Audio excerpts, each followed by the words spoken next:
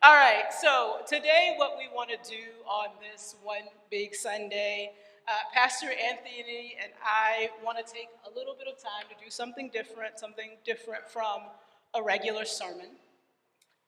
We want to spend a few minutes wrapping up the series that we've been in for the past few weeks, practicing resurrection. And we want to wrap that up with some personal reflection. But we also want to take some time to think about how practicing resurrection in our relationships with God has deeply affected how we think about the vision of this community. So we're kind of doing two things today as we move. So I'm going to start a little bit more formally, and by the end of things, we'll be riffing. Hopefully, Anthony and I will be almost at that place we are on Tuesday mornings when we meet together and we're saying all kinds of things, both really, really good and like really, really that need some revision. So hopefully we'll get to that place. But I was thinking about this past series that we've been in. I realized that there was just some things that were riding underneath the surface for me each week as I prepared my sermon that I really wanted to lift up before we moved out of this series. And I think it plays a little bit into this vision piece. So I've been thinking a lot more about how this idea of having an enchanted faith, this resurrected relationship with God, this good theology with a deep spirituality that is about the heart and the body. I've been thinking a lot about how that connects to me being a Black woman, and I've realized as I've been writing these past few weeks that it kind of has, for me, everything to do with me being a Black woman, this restoration of my heart. There's a song by a group I love. Some of you might have heard them. They're called Sweet Honey in the Rock. And yeah, I love them. And they have this song called I Remember, I Believe, that pretty much sums up how I think about this restoration of heart that I have felt myself experiencing these last few years. Here's a little bit of how it goes. I don't know how my mother walked her trouble down. I don't know how my father stood his ground. I don't know how my people survived slavery. I do remember, that's why I believe. I don't know how the rivers overflow their banks. I don't know how the snow falls and covers the ground. I don't know how the hurricane sweeps through the land every now and then. Standing in a rainstorm, I believe. I don't know how the angels woke me up this morning soon. I don't know how the blood still flows through my veins. I don't know how I woke to run another day. Standing in a rainstorm, I believe. Now, there are a few more lyrics to that song, and I encourage you to listen to it if you have the time. But it gets at this suspicion that I have been having, that when you don't know how your people survive the worst forms of oppression, when their survival physically and emotionally and mentally can only be regarded as a miracle, you might tend to be a little bit more open to the unexplainable in faith. When your people have experienced centuries of colonization, when they are among what theologian John Sobrina called the crucified peoples of the world, you might be a little bit more willing to accept resurrection without asking a lot of questions. When the hound dogs have been on your trail and somehow a way of escape has appeared, when your relationship to science has been tainted by unethical medical experiments and pseudoscience designed to tell you that you are inferior,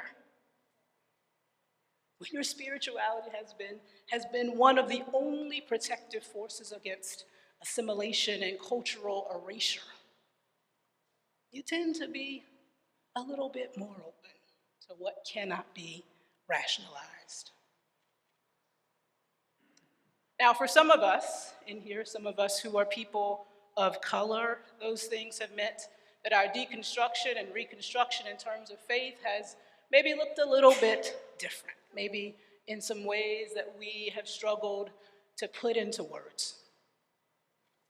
And maybe for others of us, there's been a temptation to look down on those ways of being and those ways of holding faith.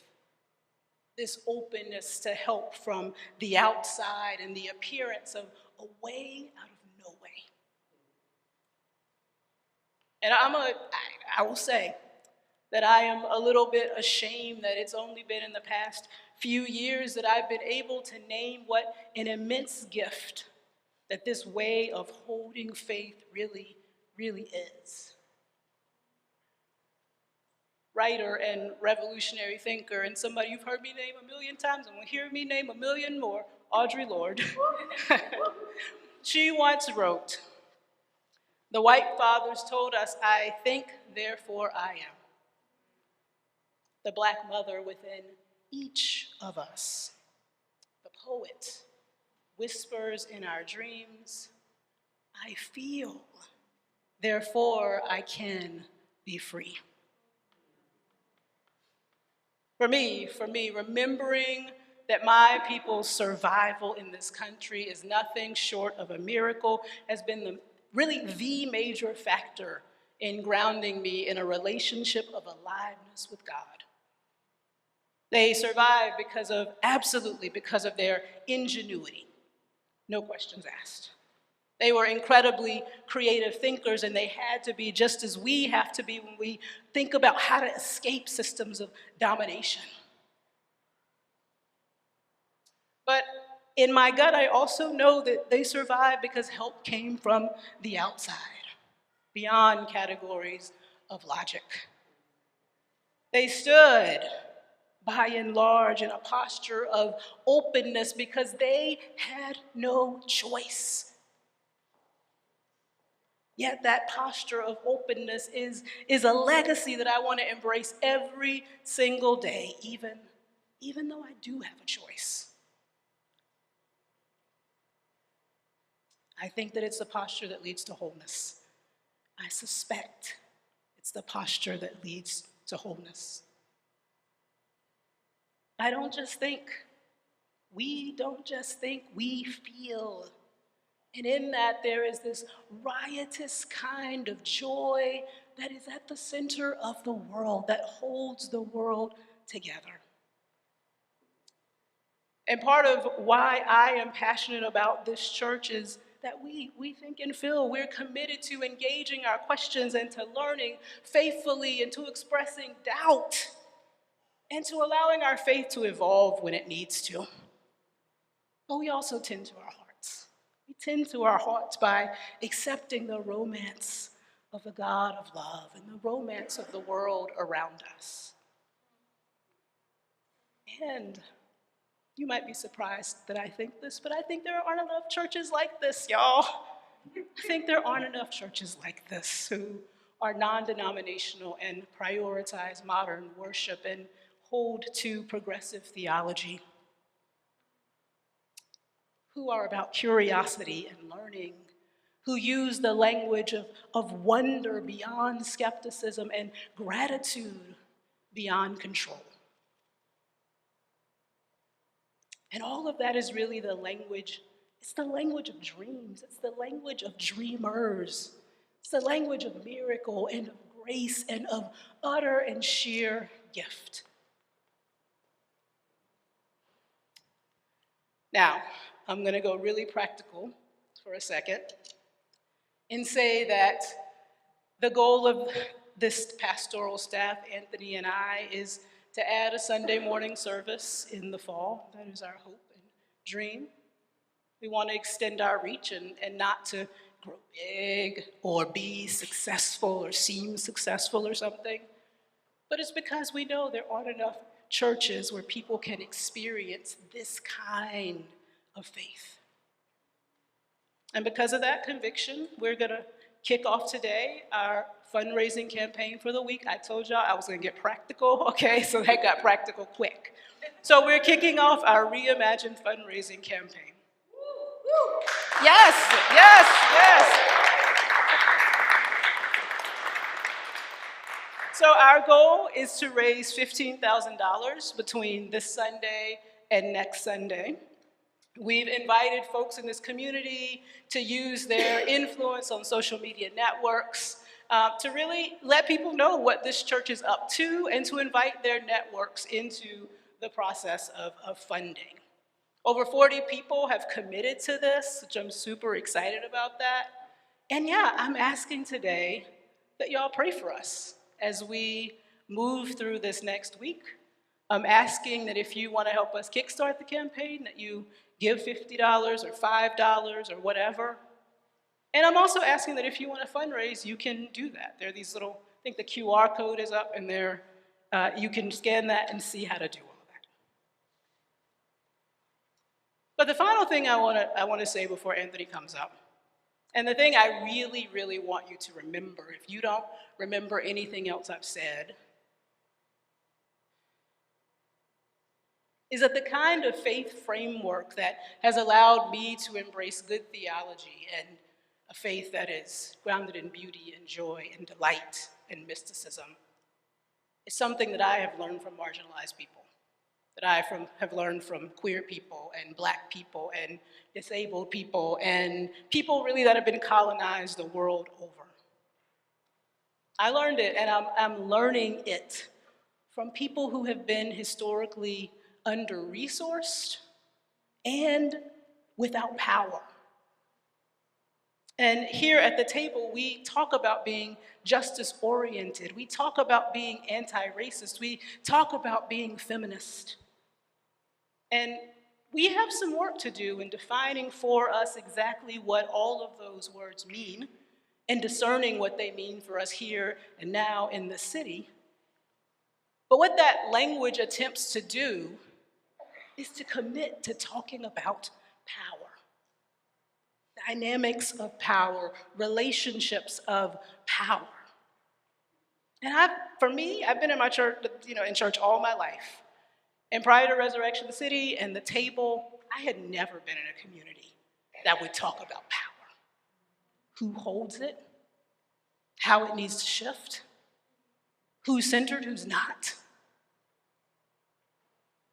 So along with our ability to talk about faith in these ways that are about head and heart, I think this ability to talk about power, to organize power differently, is a gift, and a gift to the city. And it makes a lot of sense because we follow this God who emptied himself, taking on the form of a slave, right? Philippians 2. This God who gave up power for something much better. And that much better was about connection and relationship.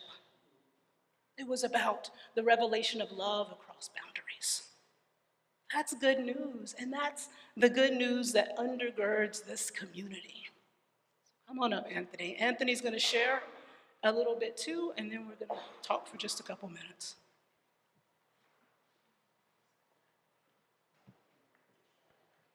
So I'm going to start with a personal brag.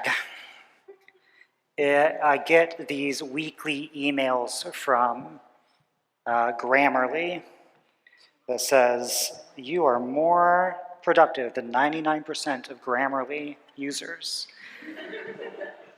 And, I look at my email and I say, oh, Grammarly, I bet you say that to all your girlfriends.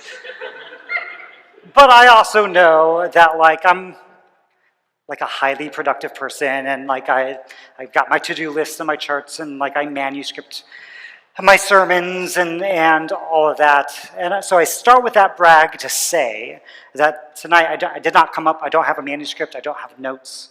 I come up here with mostly just vibes. And I know the scriptures. I can quote the scriptures. Man does not live on vibes alone.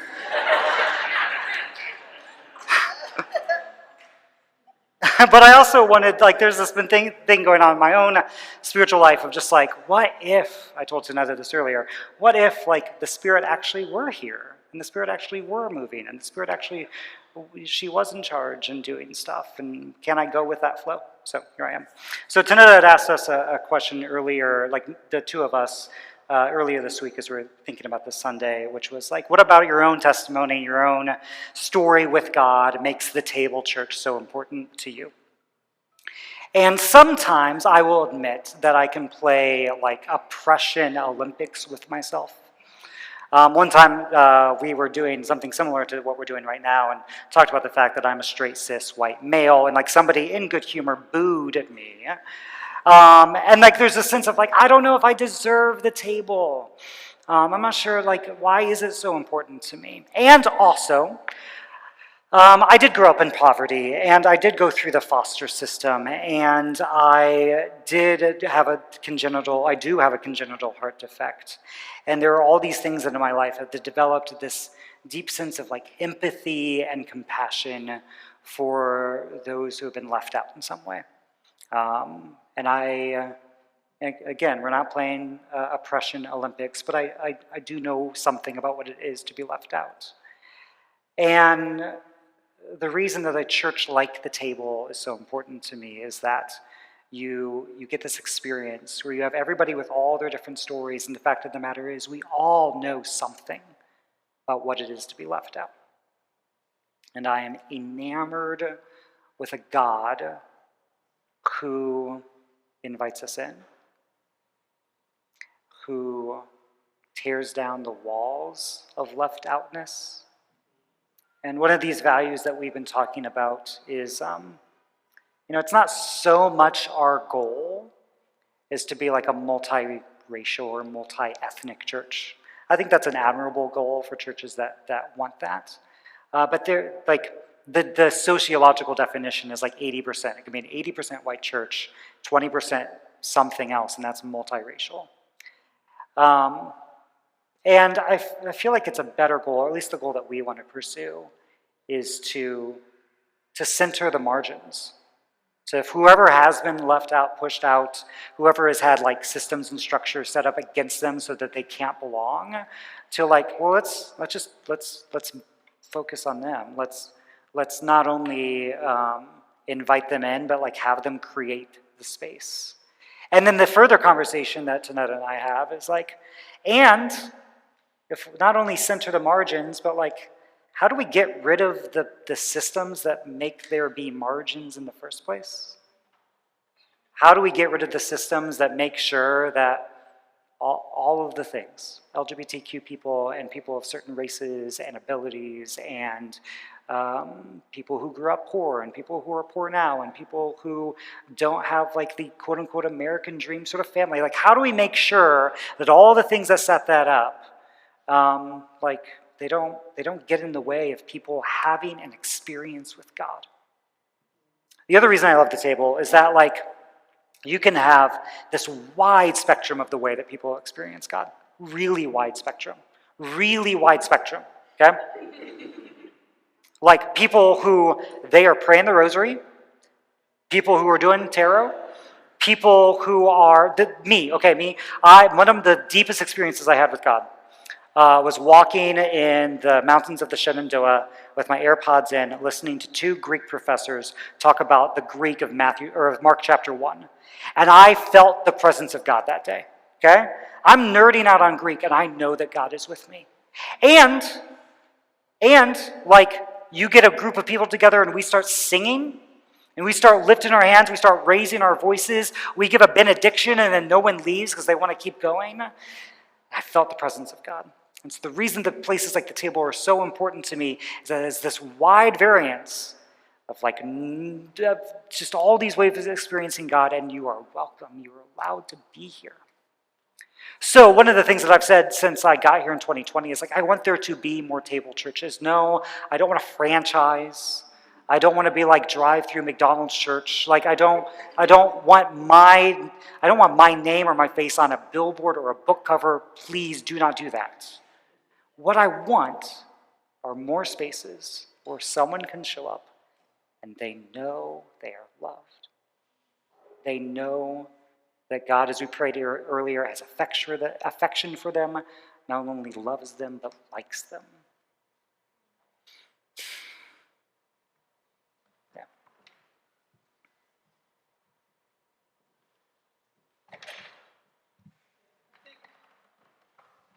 When I think about the idea of dismantling marginality, essentially, so that there are, people are centered and decentered in healthy ways so that there is no permanent margin anymore. I think, and you said this in one of our meetings, that is the process to commit to that does get you to a community that is more representative of, I think, the city around us. So it is, I think that the idea, the goal of being... I feel really far away from you. What? So close. No, you're so close. The idea of being, I get really excited about having all kinds of people reading the Bible together and sharing wisdom and being transformed by that experience. But I do think committing to the larger goal of, actually, I always get a little nervous when I talk from my own perspective because I know it is not the dominant perspective in the room, and yet that is an act of centering that I think I hope that we lean into more and more. When I started Resurrection City, I would say that one of the things that motivated me was that I struggled with seeing so many churches that really were just imitating the domination, the structures of domination, the systems of domination of the culture around us, right? Theology of God was basically coercive versus consensual. Essentially, the way I often think about it in my own prayer time is God is a slaver. That kind of theology that God controls and takes over. I saw communities that, have been part of so often communities that, the ways the leaders, led were deeply hierarchical. They weren't about team or mutuality or the power of the folks, in the room, the power of the folks showing up. And that has been a deeply frustrating, I think, thing for me. And I've been excited to see that this is a community where we can talk about, what does it look like? Even for me, honestly, as a pastor, I think a lot about what's expected of pastors and how unhealthy that is. See, this is the part I'm not. See, this is when we start riffing. I just start saying things, right? Yeah. That I often think about. I don't, that idea that people have of the executive, I don't fit it well. But that's not actually what we need more of, right?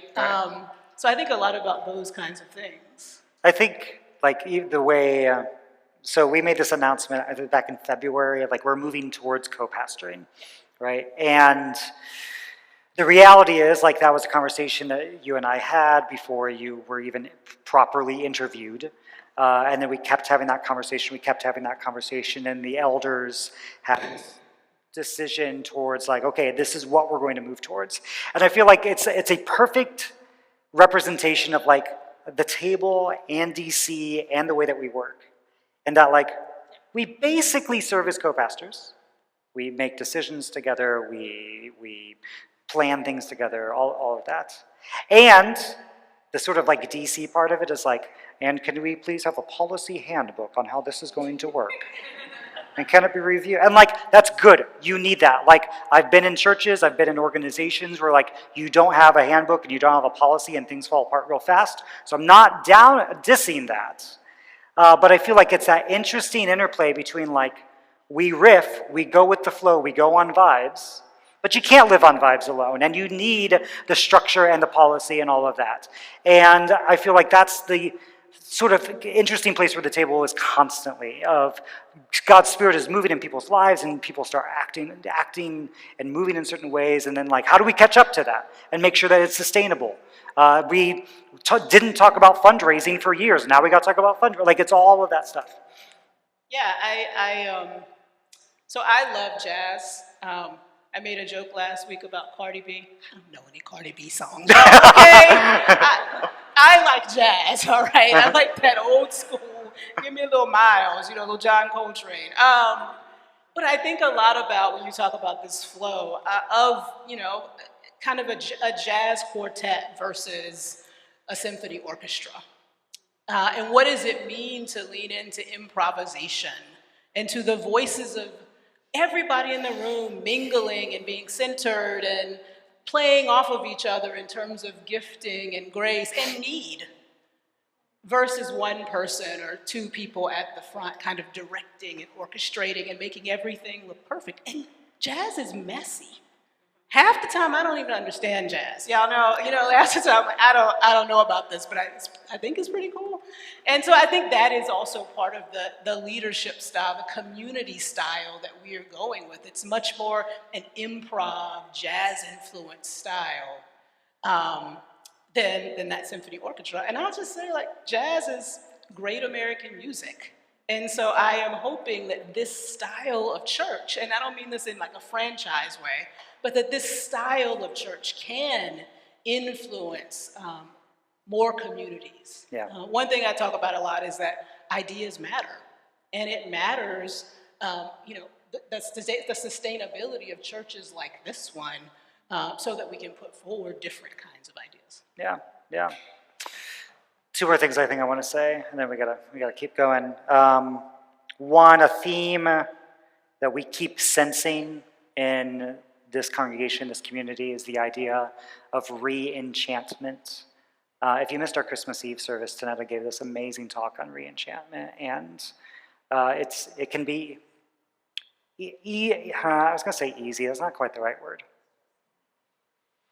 We are prone towards cynicism because the world that we live in is so prone to hurt us and traumatize us. And I feel like I know within my own life the reaction to be to make God sort of like this platonic ideal that I don't actually ever have to interact with.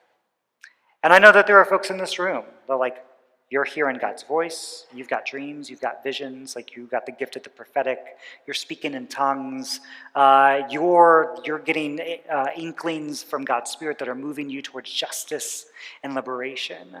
And we've got to be okay talking about those things because our faith is more than just we happen to be the ones to get the multiple choice correct, and that therefore makes us more trustworthy. It's that jazz piece of jazz is about listening to each other and listening to the leader, and in this case the leader is the Spirit of God active and moving in this place. And then the second piece I wanted to say too, riffing on the jazz thing, is when you were talking about One Big Sunday, what it's going to look like there was a very briefly held but quickly dismissed notion of let's present a 5-year plan. We don't have a 5-year plan. We don't have a 5-year plan. Now, we both want to be more strategic and have a sense of vision of where we're going. And we want to offer that to you, and so our hope is that we can do some of that.